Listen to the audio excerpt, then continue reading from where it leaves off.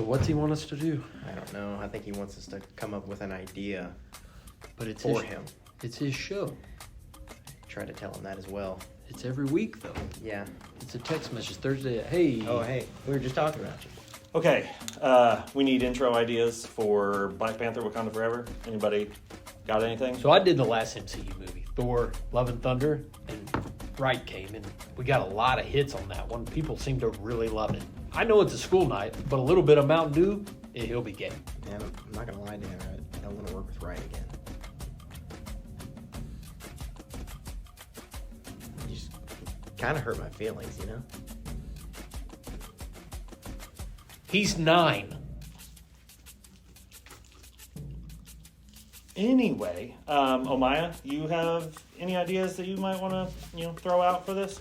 I know the intros are usually humorous, but I was thinking, why don't we do something respectful for Chadwick or something? Yeah, I mean, I like it. Definitely has potential. What would something like that look like, though? I don't know what it looks like. I just think it's a good idea.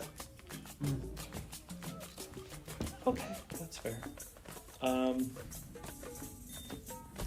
Yes, Cody? Namor's a Mexican, isn't he? Okay, I'm going to stop you right there. 6 hours later.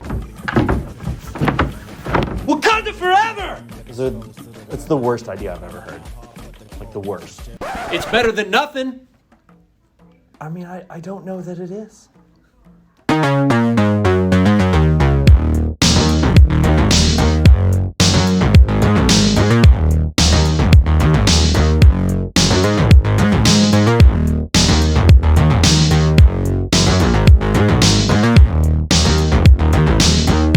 What is going on, everybody? Welcome to Tavern Talk.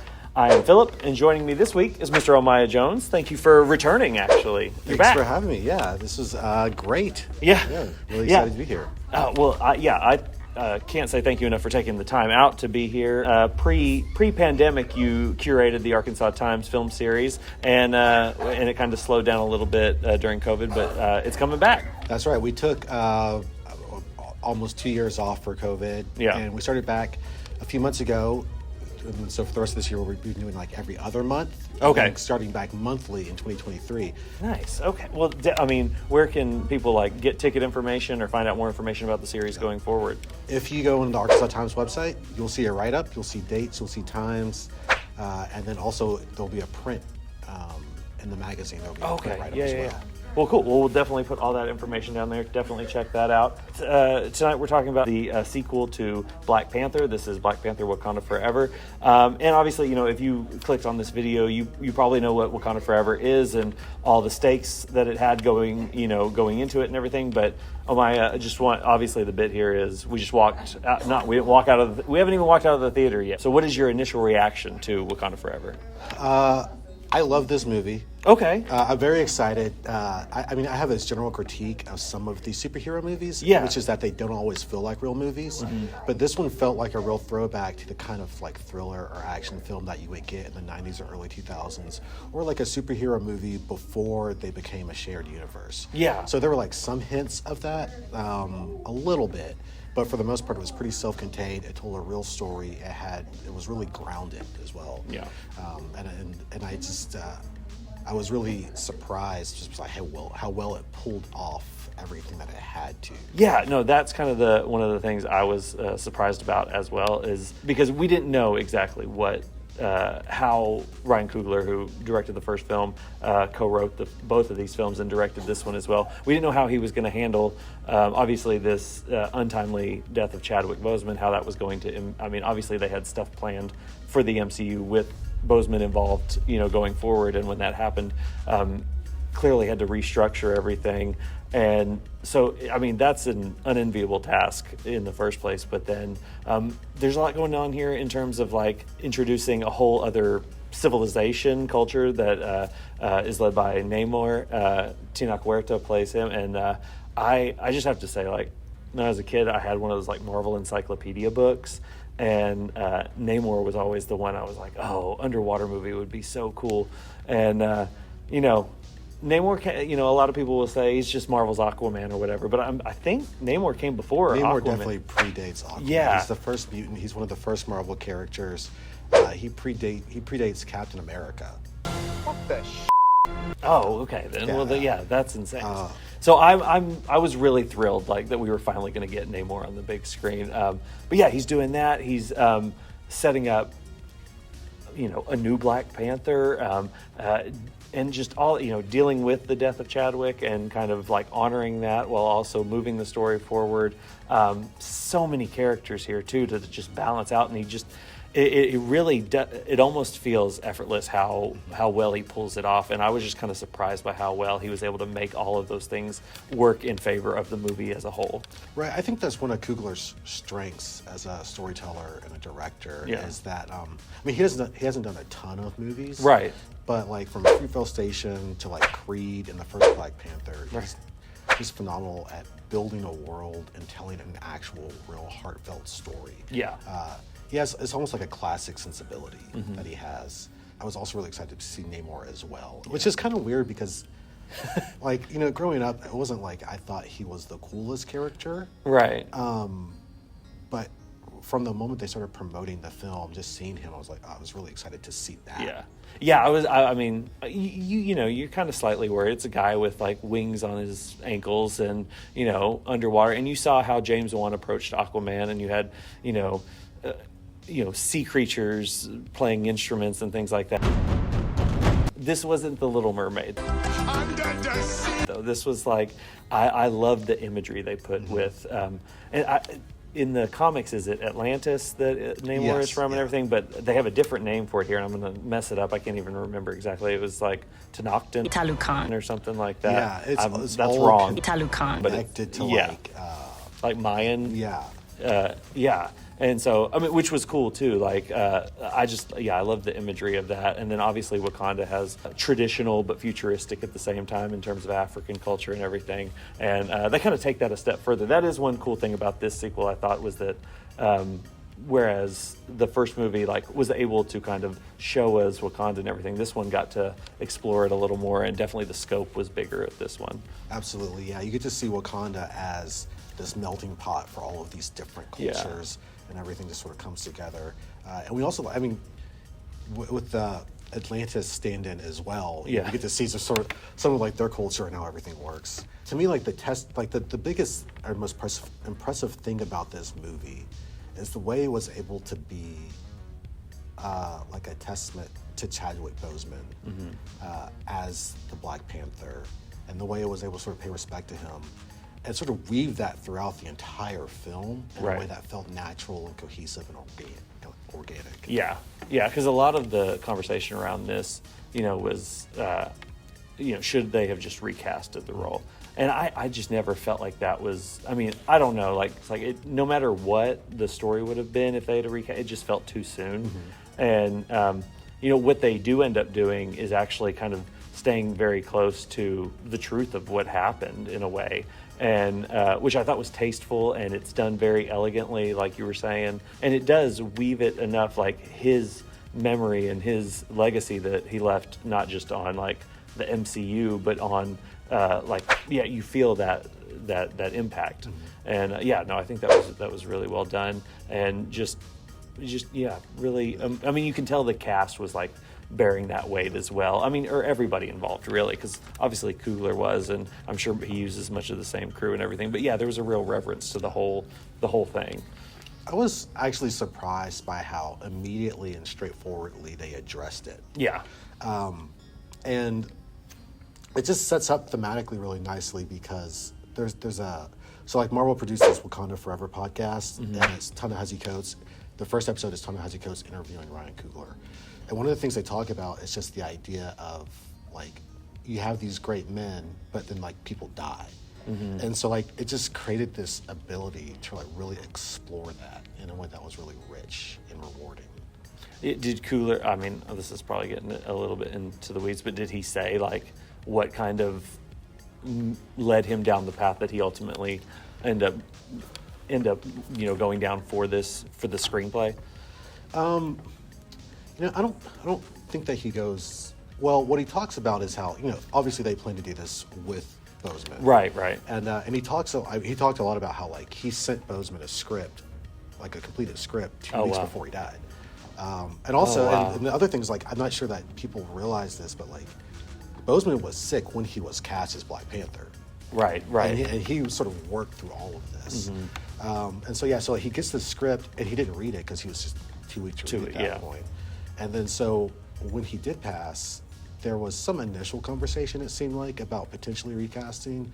But I don't know if you remember, like, it seems like within 2 days they announced that they never recast. Oh, okay. Like, it was just like a really quick thing. Yeah. So even though there were some conversations, they just really quickly just moved on from that. Right. And then so I think like the movie just became like a grieving process for everybody. Right. Yeah, that is kind of what it feels like. That's a really good way of putting it, because it does feel like, because I mean, literally the characters are working through, having to deal with the loss of this person as well. And so, yeah, it definitely, that's a great way to put it. I hadn't really thought about it in those terms, but that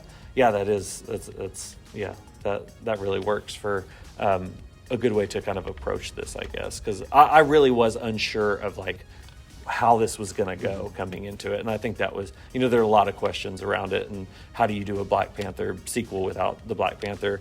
And this is still very much like you said, it does bring in some of the external MCU stuff and is moving stories ahead that way, as far as the larger MCU goes, introducing new characters like Namor, like Ironheart, and putting all those things in place as well. But yeah, it still manages priority one to be honoring Boseman and what he brought to the MCU and to the Black Panther character.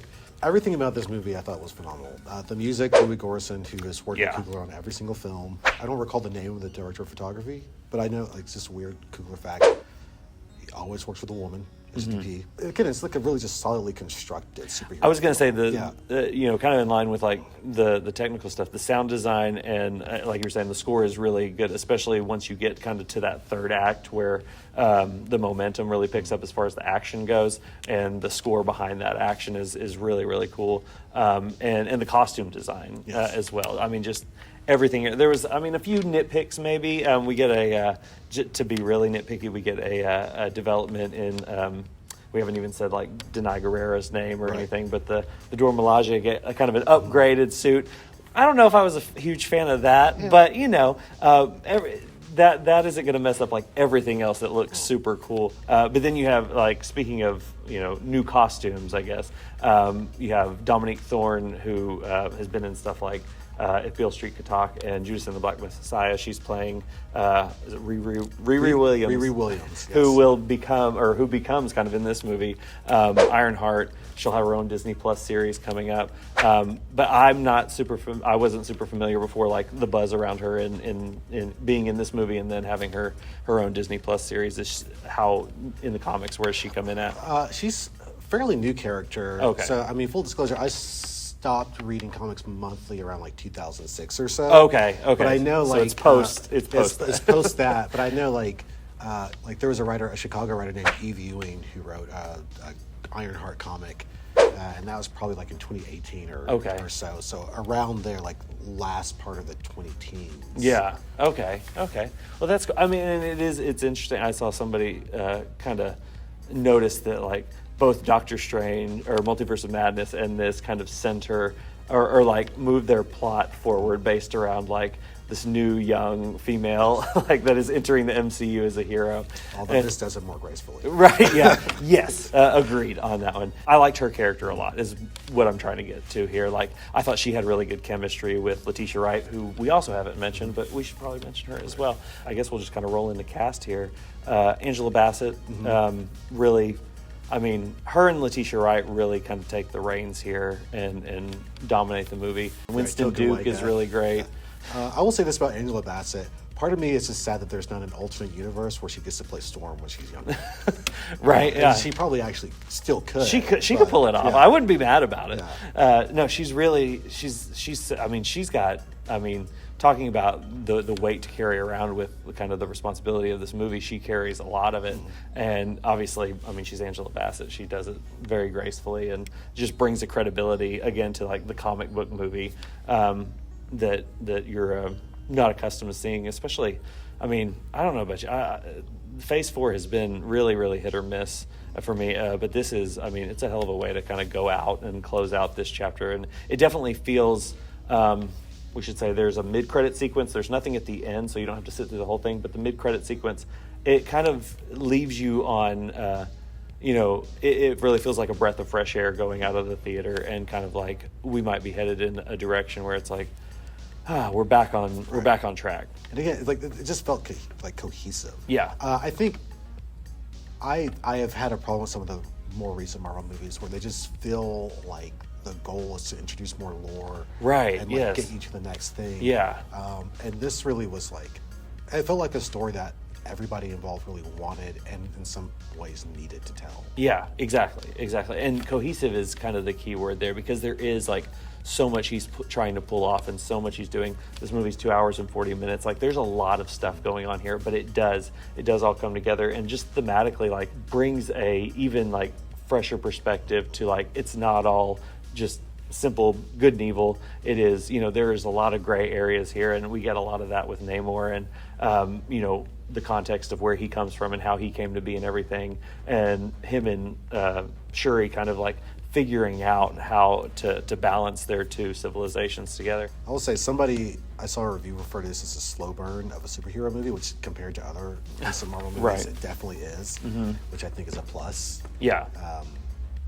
But yeah, it's a real movie. Yeah, and like I said, like thematically, like it is more thematically rich too than a lot of the other, like beyond the action and the introduction of new characters and all that, kind of obligatory stuff. There is like it feels like it's trying to say something, beyond that, and also just like my biggest gripe about the first Black Panther obviously was the CGI.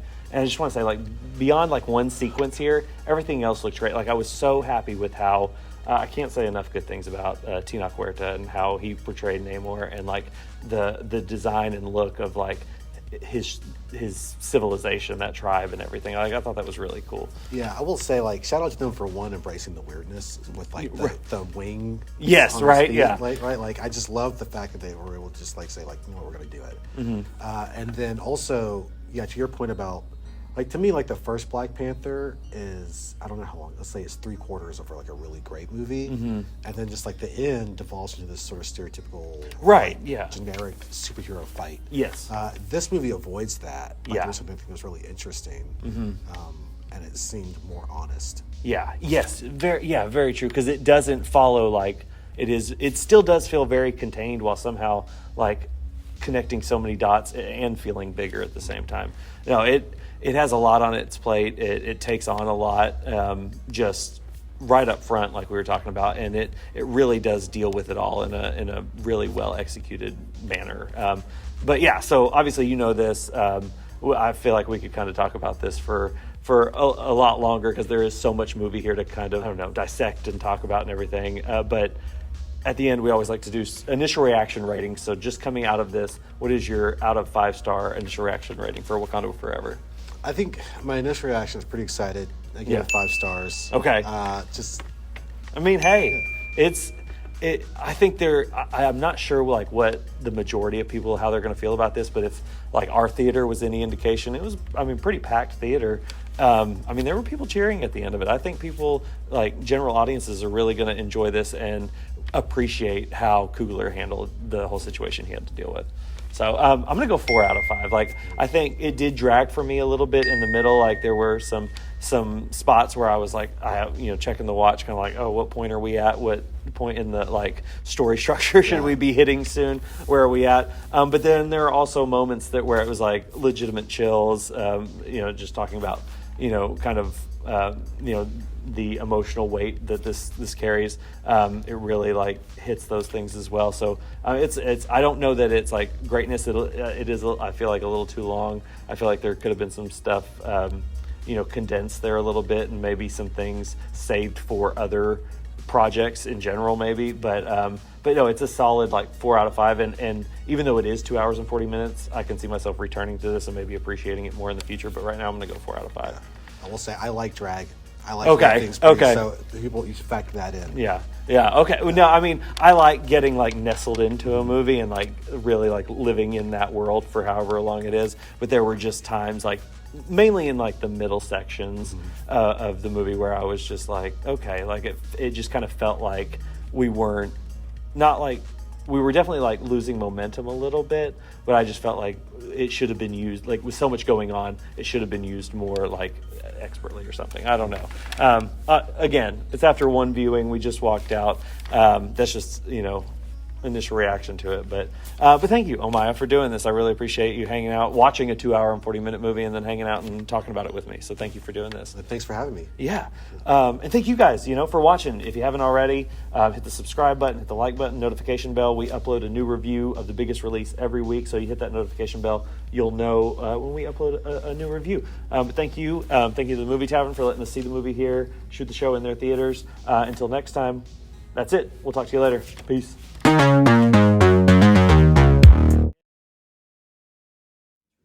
It is.